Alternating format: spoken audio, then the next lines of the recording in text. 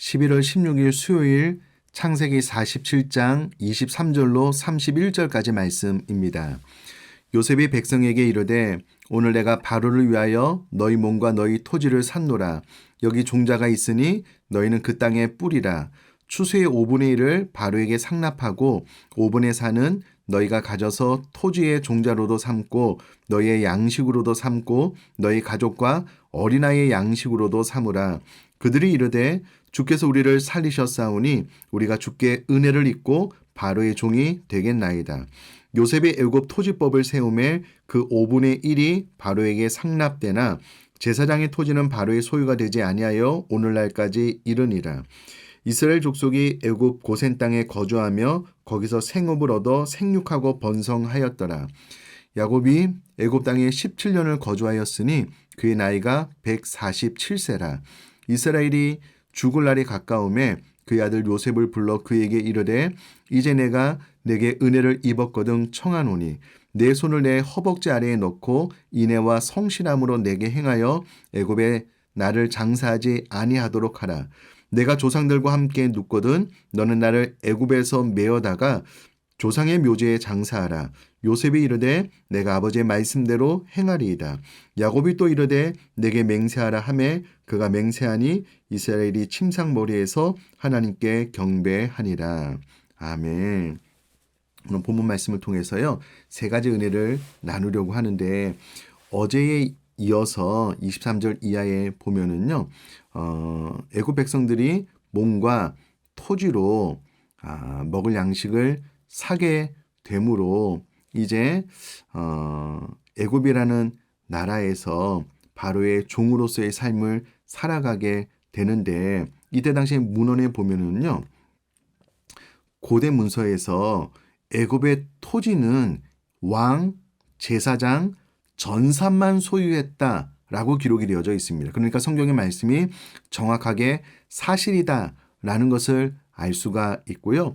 23절 말씀을 통해서 또 원어로 보면은 이때 당시에 국가와 국민이 양자의 동의하에 이루어진 사건이다라는 것을 알 수가 있습니다. 그러니까 백성들이 어리석고 우매해서 당장 살기 위해서 그 자신을 종으로 노예로 들인 그런 사건이 아니고 양자의 동의하에서 이루어진 아주 공평한 계약이다라는 것을 알 수가 있습니다. 오히려 25절 말씀 보니까는요. 그들이 이르되 주께서 우리를 살리셨사오니 우리가 주께 은혜를 입고 바로의 종이 되겠나이다. 이 사건은 요셉이 바로 애굽 백성들을 살린 은혜스러운 사건이다라는 관점을 꼭 가질 수 있게 되기를 바랍니다. 자, 이어서 두 번째 우리가 살펴볼 것은 27절 말씀 제가 읽어보면은요. 이스라엘 족속이 애굽 고센 땅에 거주하며 거기서 생업을 얻어 생육하고 번성하였더라. 아멘. 여기서 말하는 번성을 원어로 보니까는요. 심히 증가하였다라는 말씀입니다. 지금 23절부터 26절까지 말씀을 보면은요. 지금 애굽, 가나안 온 나라는 흉년으로 인하여 황폐해지고 사느냐 죽느냐의 문제로 양식을 구하고 있는 상황이었습니다. 그런데 27절 말씀을 딱 떼놓고 보면은요. 이와 같은 흉년이 전혀 영향을 미치지 못하고 있는 듯한 인상을 받게 됩니다. 오히려 이스라엘 족속들은 고센 땅에서 생업을 얻었을 뿐만 아니라 생육하고 번성하였는데 심히 그의 숫자가 증가하고 있었다라고 기록을 하고 있습니다. 이는 하나님의 말씀의 약속이 그대로 성취가 되고 있는데요. 어떠한 흉년이 와도 전혀 영향력 없이 하나님의 말씀은 그대로 이루어진다라는 것을 볼 수가 있습니다. 우리 사랑하는 성도님의 삶 가운데 이와 같은 하나님의 은혜, 하나님의 약속 말씀대로 이루어지는 삶이 될 수 있기를 주님의 이름으로 축복합니다. 계속해서 오늘 좀 핵심적으로 나누고 싶은 말씀은 28절 이하입니다. 28절 보면은요. 야곱이 애굽 땅에 17년을 거주하였으니 그의 나이가 147세가 되었고 이스라엘이 죽을 날이 가까웠다라는 것을 알게 됩니다. 그래서 그의 아들 요셉을 불러서 유언처럼 부탁을 하는데 우리가 잘 아는 것처럼 유언은 가장 중요한 말을 하는 것 아니겠습니까? 무슨 부탁을 하냐면 내가 죽고 난 다음에 애굽의 날을 장사하지 아니하도록 하라. 30절 말씀에 내가 조상들과 함께 눕거든 너는 나를 애굽에서 메어다가 조상의 묘지에 장사하라 라는 것을 부탁하게 됩니다. 그러면서 31절에 야곱이 또 이르되 내게 맹세하라. 아주 강력하게 요구하고 있는 것을 볼 수가 있습니다.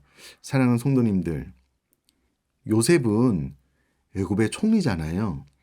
지금 23절 이하에 보면 나라가 기근으로 인해서 정말 요셉이 할 일이 많고 바쁜 시간을 보내고 있었잖아요. 그리고 애굽의 총리로서 요셉이 할 일이 얼마나 많겠습니까? 그런데 그런 요셉, 애굽의 총리를 불러서 애굽은 내가 죽으면 애굽의 나라를 장사하면 안 된다.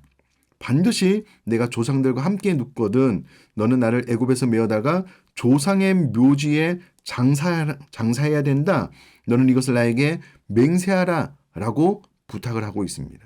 그러니까 야곱이 요셉의 애굽의 총리로서 얼마나 바쁜 시간을 보내고 있는 건 너무나도 잘 알고 있음에도 불구하고 그것보다 더 중요한 게 무엇이냐면 자신이 죽고 난 다음에 약속의 땅 가나안에 묻히는 겁니다. 아니 죽고 나면 어디에 묻히든 어떤 상관이 있겠습니까? 그러나 야곱이 생각할 때에 이것은 하나님의 약속이 있는 조상의 묘지에 묻히게 되는 것, 다시 말해서 가나안이 하나님께서 주신 참된 기업이라는 것을 확실히 알았기 때문에 나는 죽어서라도 장사 지낼 때에 바로 그 하나님께서 주신 참된 기업인 가나안 땅에 묻히기를 원한다라고 이야기를 하는 것과 같습니다. 특별히 30절 말씀에 너는 나를 애굽에서 메어다가 조상의 묘지에서 장사하라 라고 부탁할 때에 눕는다, 장사한다 이런 것들을 이렇게 원어로 보면은요 운율과 함께 경쾌한 느낌마저 듭니다. 무슨 말이냐면 야곱이 죽음을 전혀 두려워하지 않았다라는 것을 알 수가 있는 대목입니다. 그러니까 야곱은 죽음에 대한 두려움이 전혀 없을 뿐만 아니라 죽고 나면 하나님께서 허락하신 참된 기업 가나안 땅에 나를 장사 지내야 된다라고 요셉에게 부탁을 하고 있는 겁니다. 그러니까 요셉이 이 아버지의 말을 들었을 때에 도대체 아버지가 가지고 있는 하나님을 향한 신앙, 참된 기업 가나안 땅이 얼마나 중요한지 아마 유언격으로 하는 이 부탁을 통해서 요셉 마음에 새겨졌을 것이고요. 야곱도 그의 노년에 가장 중요한 것은 약속의 땅에 내가 묻히는 것이다. 나는 이 땅에서의 삶이 나그네 인생이고 나는 저 영원한 천국 본향으로 가는 사람이다라는 것을 뼛속 깊이 알고 있었기 때문에 장례를 그 바쁜 총리의 일을 하고 있는 요셉에게 꼭 부탁하여 맹세까지 받는 것을 볼 수가 있습니다. 사랑하는 성도님들, 저와 성도님들 삶의 끝자락도 이와 같이 되기를 간절한 마음으로 주님의 이름으로 축복합니다. 시간이 지나면 지날수록 우리들의 신앙이 퇴색되고 우리들의 신앙이 뭔가 좀 흐트러지는 것이 아니라 우리들의 노년으로 가면 갈수록 마지막 호흡이 멈추는 그 시간으로 가면 갈수록 더욱더 분명한 하나님이 주신 참된 기업, 신앙, 저 영원한 본향을 확고하게 바라보며 한 걸음 한 걸음 나아갈 수 있는 저와 우리 사랑하는 성도님의 삶 될 수 있기를 주님의 이름으로 축복합니다. 제가 한번 기도하겠습니다.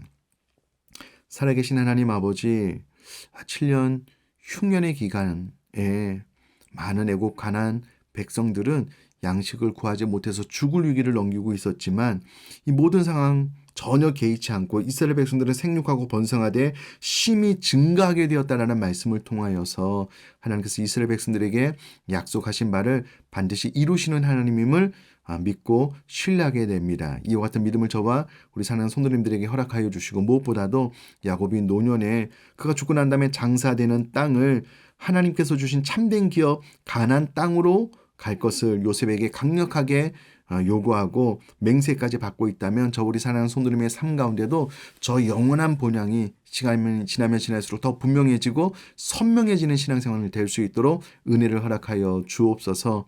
감사드리며 예수님의 이름으로 기도드립니다. 아멘.